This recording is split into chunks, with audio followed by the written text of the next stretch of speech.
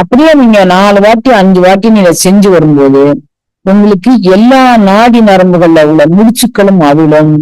நீங்கள் ஒரு எதனாலும் உலகியல் சிந்தனையினால, எதனாலும் யாருடைய தாக்கத்தினாலும் நீங்க பாதிக்கப்பட மாட்டீங்க. இவங்க இதை சொல்லிட்டாங்க, அவங்க அதை சொல்லிட்டாங்க, அவங்க அதை சொல்லிட்டாங்க, இவங்க அதை சொல்லிட்டாங்க, இவங்க என்ன சொல்லி அவங்க எனக்கு எதேச்சையா கிடைக்கும். நான் என்னுடைய எதேச்சையாக இருக்கேன்.